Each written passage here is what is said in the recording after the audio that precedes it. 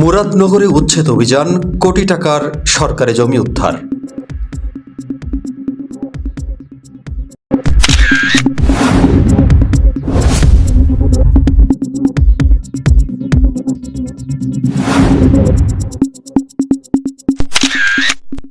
কুমিল্লার মুরাদনগরে অবৈধ দখলদারদের বিরুদ্ধে উচ্ছেদ অভিযান চালিয়ে প্রায় 1 কোটি টাকা মূল্যের সরকারি জমি উদ্ধার করেছে জেলা প্রশাসন।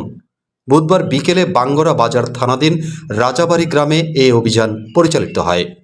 মুরাদনগর উপজেলা ভূমি অফিসের সহকারী কমিশনার ভূমি ও নির্বাহী ম্যাজিস্ট্রেট সাকিব হাসান খানের নেতৃত্বে গাজীরহাট শ্রীকাইল সড়কের পাশে অবৈধভাবে দখল করা 25 শতক সরকারি জমি বেদখল মুক্ত করা হয়। সহকারী কমিশনার ভূমি জানান, দীর্ঘদিন ধরে 60টি পরিবার অবৈধভাবে স্থাপনা নির্মাণ করে জমিটি দখল করে রেখেছিল। লিখিত অভিযোগ ও সরেজমিনে পরিদর্শনের পর জেলা প্রশাসনের নির্দেশে এই উচ্ছেদ অভিযান পরিচালনা করা হয়। অভিযানকালে উপজেলা ভূমি অফিস, পুলিশ ও সংশ্লিষ্ট দপ্তরের কর্মকর্তারা উপস্থিত ছিলেন।